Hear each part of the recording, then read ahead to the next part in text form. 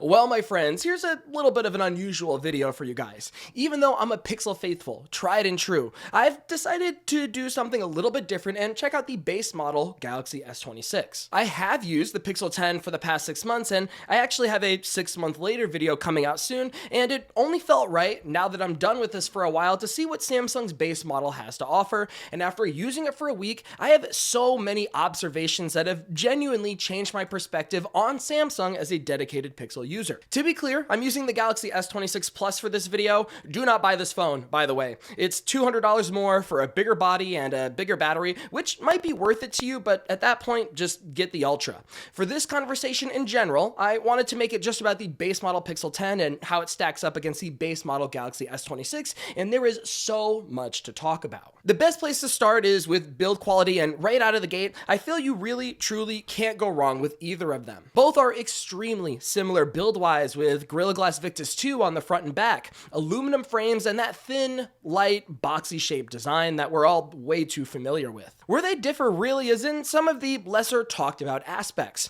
The bezels are significantly thinner on the base Galaxy S26 versus the base model Pixel 10. The Galaxy S26 has an actual SIM card tray instead of eSIM only for the base model United States Pixel 10. The base model S26 has a matte finish on the rear glass instead of the glossy glass on the Pixel 10, which arguably feels a million times better. And lastly, the camera modules certainly stick out the most. On the Pixel 10, I find the camera bar might be a little bit top heavy, although I'd argue it's way more unique and visually appealing. Meanwhile, the S26 has what I would consider to be the most generic camera array setup I've ever seen, which also results in the most obnoxious table wobble, which is something I usually don't care about, but this is borderline distracting on the Galaxy S26. Just check it out for yourself.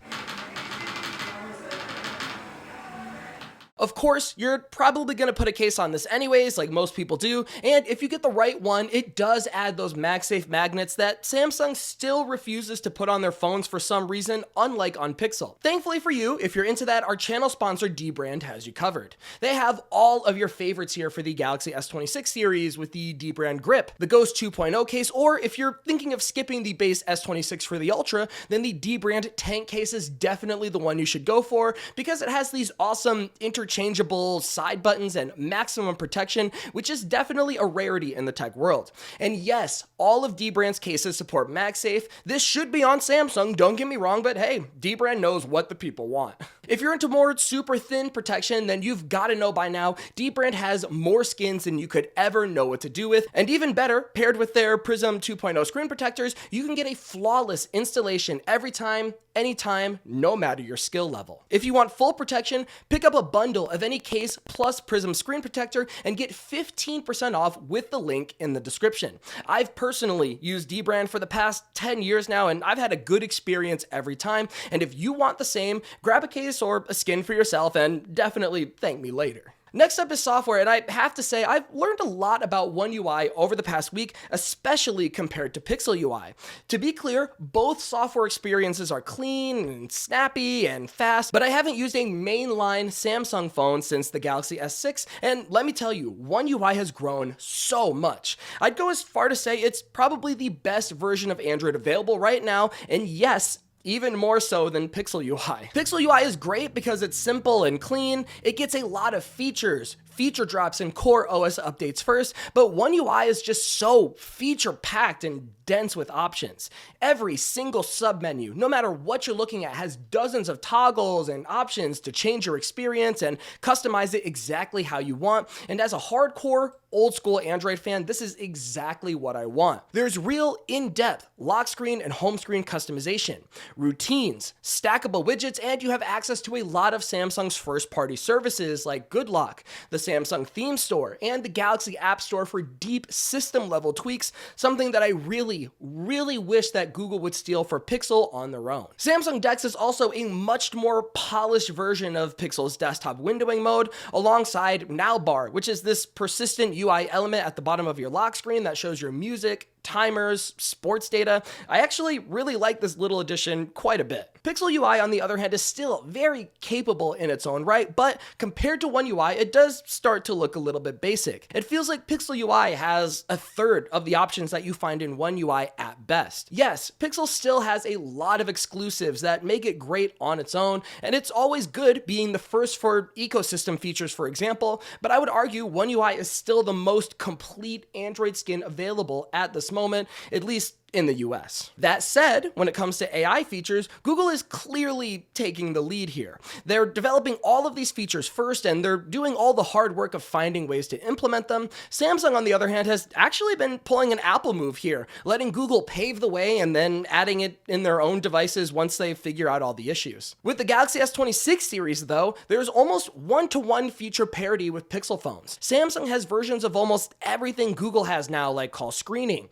live translate, notification summaries. They have their own Pixel Recorder type app with transcriptions. They have their own Pixel Studio type app for image generation. They have Audio Magic Eraser and so much more. If you're a Google purist like me, using some of these might feel a little bit off. It's tough to use an updated Bixby, for example, when I'm actively paying for a Gemini subscription. And in general, I find Samsung's AI features are maybe 70 to 80% as good as Google's, which makes this weird situation where Samsung has the features, but Google still has the quality and the accuracy, and it's very noticeable when you use these side by side. Next up is a real heavy hitter, the Tensor G5 in the Pixel 10 versus the Snapdragon 8 Elite Gen 5 in the Galaxy S26. And honestly, it's a no-brainer that doesn't need any kind of deep analysis. If hardcore performance is your number one priority, Pixel is certainly not for you. In regular, real-world use, the average person really won't notice a difference.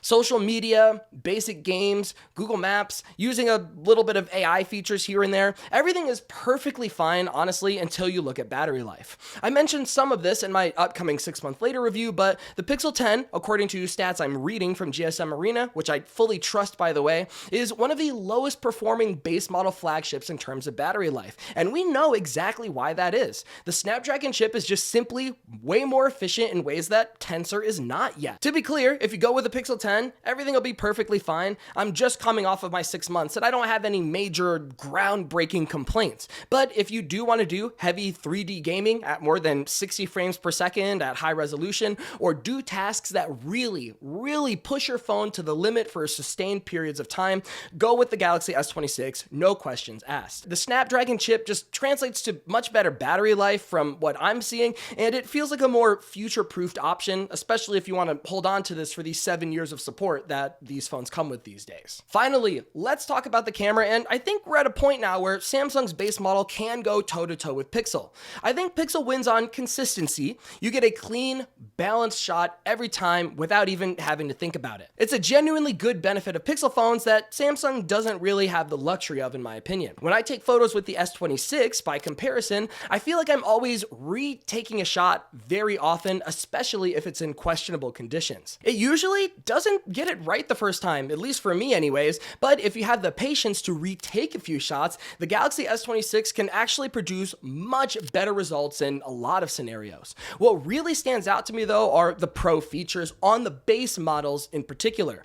On the base model, you get access to Horizon Lock and Log Video Profile, both of which I thought were only ultra features if you listen to all the YouTubers out there. I was genuinely surprised seeing them, and more importantly, I was actually impressed. These are features that I, as a professional, actually want to use and am actually excited to use them. Meanwhile, Pixel is focusing on a different type of camera feature like Add Me and Camera Coach, which are fun for the average person, I guess, but Samsung seems to be way more serious in making their video usable on a professional level. Truly, I think I was surprised the most by how complete of a package the base Galaxy S26 series is. Yes, I hear you. I know it's very similar to last year's Galaxy S25, and if you can find that cheaper, please, by all means, go ahead and grab it. And that's the same for the base model Pixel 10 too.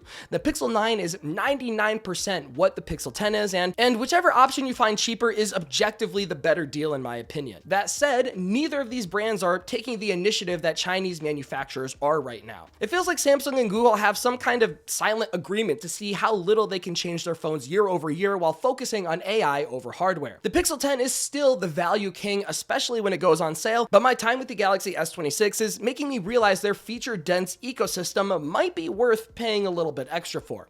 But with that said, I want to know what you guys think down in the comments. Between the consistency of the Pixel 10 and the raw capabilities of the Galaxy S26, what do you think is more important to you?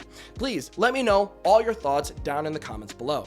Until next time, this has been Jordan Floyd from 9to5 Google. Thank you so much for watching, and I'll see you in the next one.